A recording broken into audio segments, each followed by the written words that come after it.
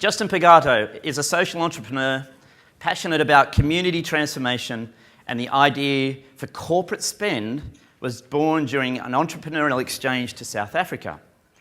What if companies could support charity through everyday spending on goods and services?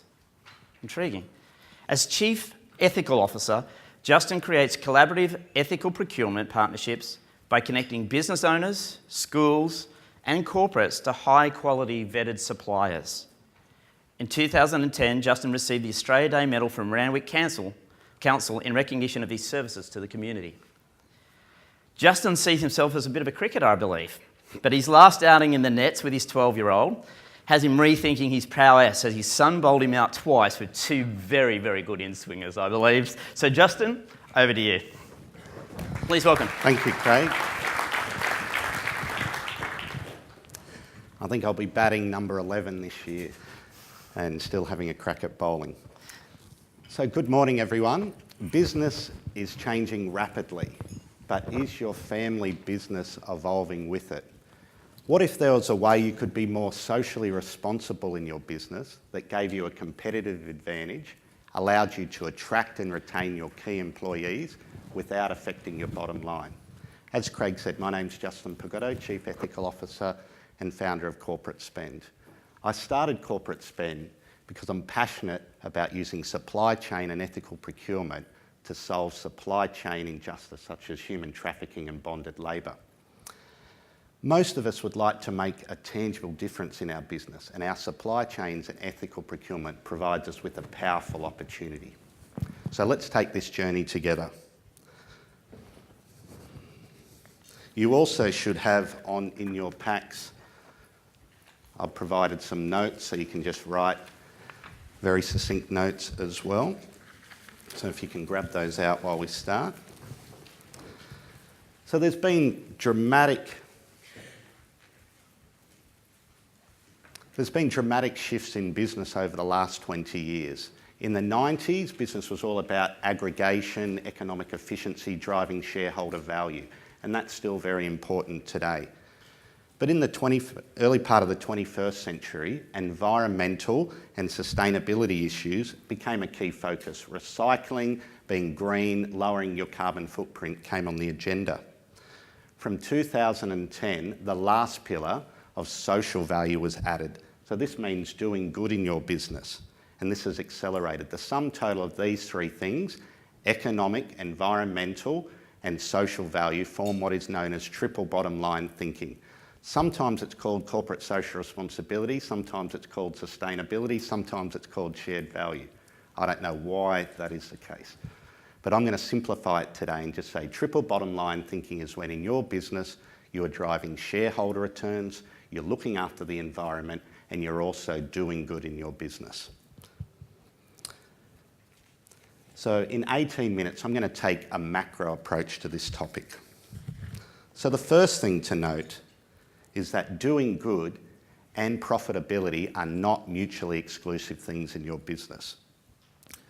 This is a misconception that it reduces a company's profits, and nothing could be further from the truth. This thinking is outdated because it ignores significant trends in today's market, and many customers and employees now expect companies to address their social and environmental impact. Raj Sisodia, who's the founder of Conscious Capitalism in the States, he did a study of 28 publicly listed companies. And these companies were loved by customers, employees and communities. They were also demonstrating a strong commitment to caring for the environment. Raj called these companies firms of endearment. So we had a look at the financial performance measured by cumulative share market returns, and there were fascinating results. So in the yellow column is the US firms of endearment, the second column is international firms of endearment, the third column is good to great, Jim Collins's companies, and then the fourth one is the S&P 500.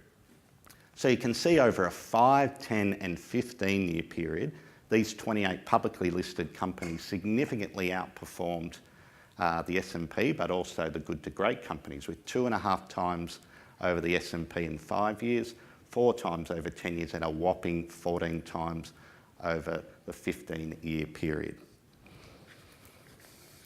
The second reason why we need to explore ethical procurement in our supply chains is a moral one.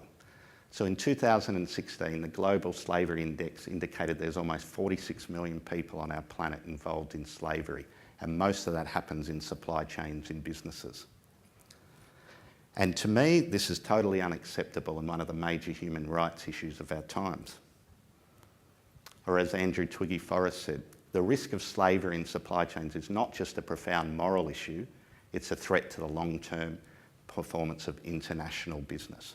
And Andrew Forrest, everyone is topical in the news. I put this in before he gave away his 400 million. And you'll notice that 75 million of that goes to the topic of ending slavery in supply chains. Or as Richard Branson says, we need a new mindset to make capitalism an acceptable force in the world. If businesses are purely about profit and amassing bonuses, screwing people in the world in the process, then they won't be around for long and don't deserve to be. But if they start to be a force for good, I genuinely think we could get on top of a lot of things, most of the problems of the world, and people will have lots of fun. And it's just such a satisfying way of doing things. So my challenge to you today is to bring these principles into your business, have a lot of fun, make a lot of money, and do good in your business. Let's take this challenge together. I'd like to give you an example of one of the customers we worked with, who's Pablo and Rusty's Coffee, who's an ethical boutique coffee supplier. There's a few cafes around Sydney. They also supply other cafes and have a roasting plant in Ryde. And he came to us and said, Justin, we want to lower our carbon footprint in our ethical factory in North Ryde. We said, fine. So we referred him to our energy supplier, and he spent about $50,000 on solar panels on the roof, and then that saved him $26,000 a year, so the payback period was less than 2 years, an ROI of 50%. He also lowered his CO2 production in his factory by over 52 tonnes every year, and then through what we do, in that we give a big part of our profits to charity, he was able to sponsor a girl in India who had been sex trafficked. So what a powerful solution, just by using what he already had to spend anyway. So now I'd like to take you through some studies and other reports. So the first one was a study in October 15 by AC Nielsen, and they did a global study on consumer goods. And what they found is that brands that have a demonstrated commitment to sustainability outgrew their competitors by 4% as opposed to 1%. So this is a global study, so that's a pretty big difference. In the same study, they also looked at, do consumers have a willingness to pay more when there's companies involved that have a demonstrated commitment to the environment and sustainability? So remember, sustainability, just think back to triple bottom line, looking after the environment and doing good in your business. That's our definition. So 66% of people say they are willing to pay more for companies who have sustainability in their supply chain. And you can see that factor is rising every year. So a very good trend is emerging here. The fascinating part in this study, and remember it's a global study, so people have different incomes, that people on $20,000 or less said they are more likely to support a company who uses sustainability in their supply chain than those people earning $50,000. So that's another potential misconception. That doesn't matter what your income level is, people still want to support sustainable products. There was another study, the Cone study on global corporate social responsibility. And it looked at the role of what role should corporate social responsibility play in your business. And only 6% of people said the singular role of a business is to make money, just to drive shareholder returns.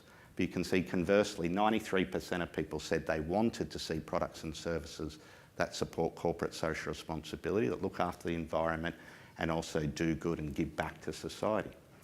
And 87% of people said they consider corporate social responsibility in what to buy and where to shop. So can anyone tell me what happened on the 24th of April 2013? By the picture should give you a good idea. Anyone know what country it's in? Bangladesh, that's right. It's on the 24th of April 2013, 1,134 people died and 2,500 people were injured when the Rana Plaza collapsed. Now, the fascinating thing about this story is that the workers knew it was unsafe and they actually refused to go in on that day, but they were forced by violence to actually go in by the owners. 45 minutes later, the factory collapsed with that devastation. Now, what relevance does it have to you as business owners? It came to worldwide attention when it was noted that many of the major brands, the international retailers, were actually producing their clothes in this factory. So this was a supply chain disaster overnight and their brand value plummeted. So I just want to throw that out to you. What are the risks in your business, in your supply chain, that can have a potentially adverse effect overnight? Let's go back to the studies. So the same 2013 Cone Communication study. When companies support social or environmental issues, consumer affinity overwhelmingly upsurges. So this is what consumers think when companies support environmental and social issues in their business. So 96% of people will have a much more positive image of the company. 94% of people will be more likely to trust, and 93% will be more loyal, which means they will continue to buy your services. So isn't this what we want in our businesses? Customers who have more positive image of us, they trust us more and are more loyal. So it's not just about shareholder returns. This doing good actually makes you money as well. And it's also, corporate social responsibility is also a powerful differentiator at the register, with 91% of people saying they are likely to switch brands given a similar price and quality. So this begs a question in our businesses. So it represents a tremendous opportunity for those businesses who are moving in this direction, but it also presents a tremendous risk, especially as Gen Y and millennials become a bigger part of the purchasing power, that this is how they think, that they want to see companies in this area. The next area is lowering your staff turnover. And as business owners, this is a key challenge, isn't it? When staff goes, it's so hard to find good staff to start with and then to get them to stay. So there was two AIM studies last year that said that SMEs have the highest resignation rates, 12.6%, and that 4 in 5 Australians are unhappy at work. So how can we tackle this problem as business owners in a competitive environment?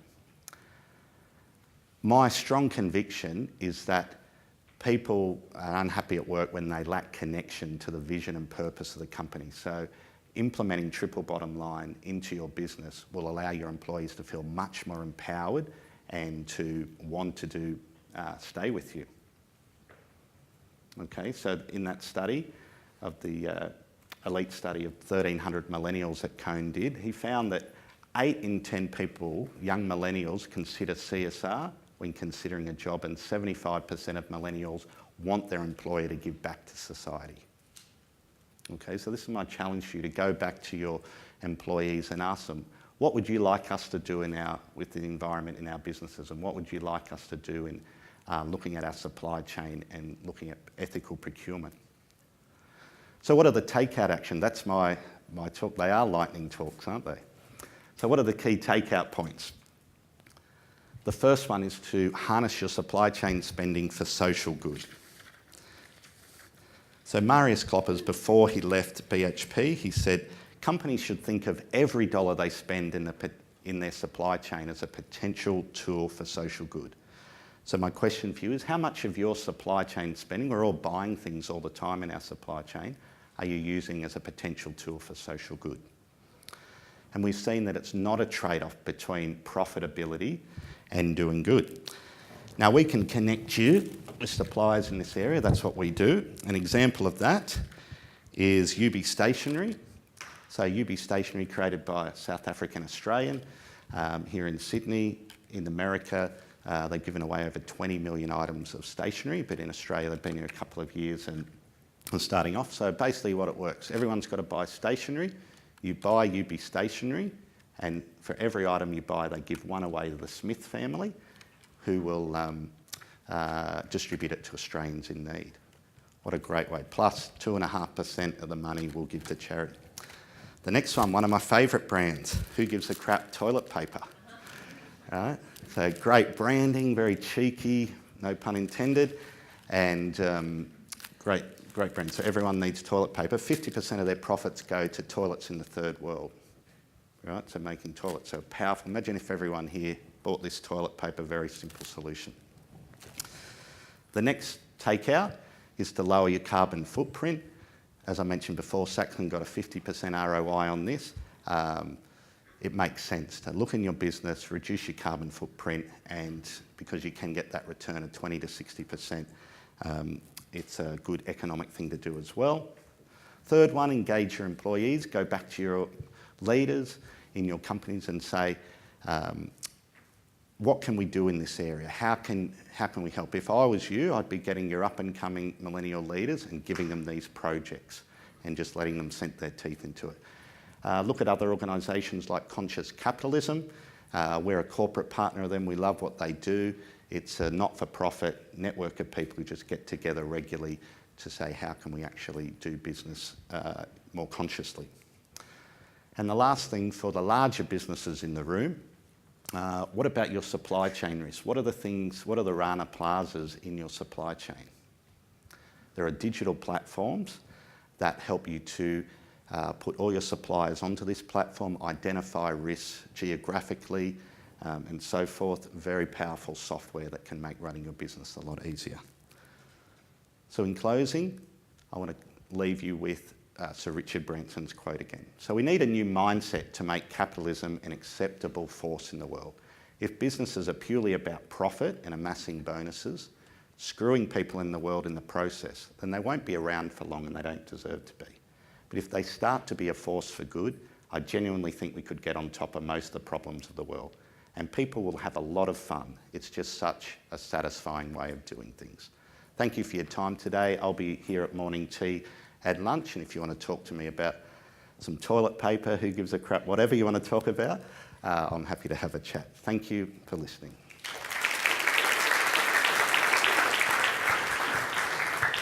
Thanks, Dustin. Some pretty compelling statistics in some of those studies that had been done. Questions. Danielle and Danielle have got some roving mics. So has anybody got some questions they would like to ask Justin for the next few minutes that we've got? Just wait till the mic comes over if you mind, that'd be great. Thank you. So if British American Tobacco had ethical procurement, would that make them a good company? Oh, good question. Good question.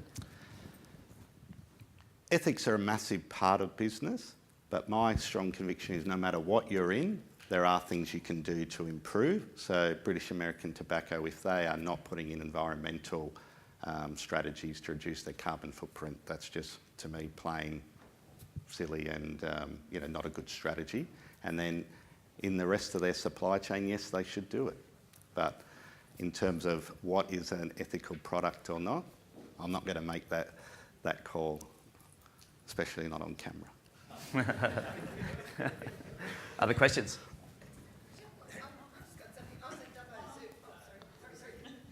I was at Dubbo Zoo 2 weeks ago, and one of the girls, the keeper there, was very passionate about palm oil. And palm oil is one of the biggest reasons of losing our, our native animals, everything.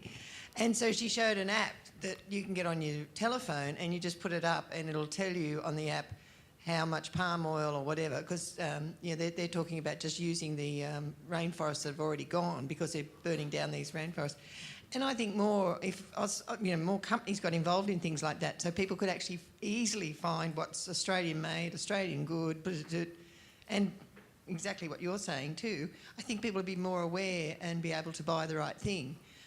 I think a lot of people are sceptic when they see all this stuff on advertising because we're being fed so many lies and untruths from politics right through that people really don't see that. But if they can actually see something on a barcode, I think it'll make a very good thing. Yeah, certainly one of the issues in this area is a lack of transparency, and that's what allows human trafficking to thrive. But it's fascinating, there is a commission into this very thing at the moment, and they're receiving submissions. And there is talk that depending on a certain size, that a company will have to, they'll be legislatively mandated to look at their supply chain and make sure there's not things in. So in the UK, there's the Modern Slavery Act, and the people who are pushing in this commission want that same act to be brought to Australia. So we'll see what happens. Tricky. One last question or another question? Will you please thank Justin Fagado, Corporate Spend.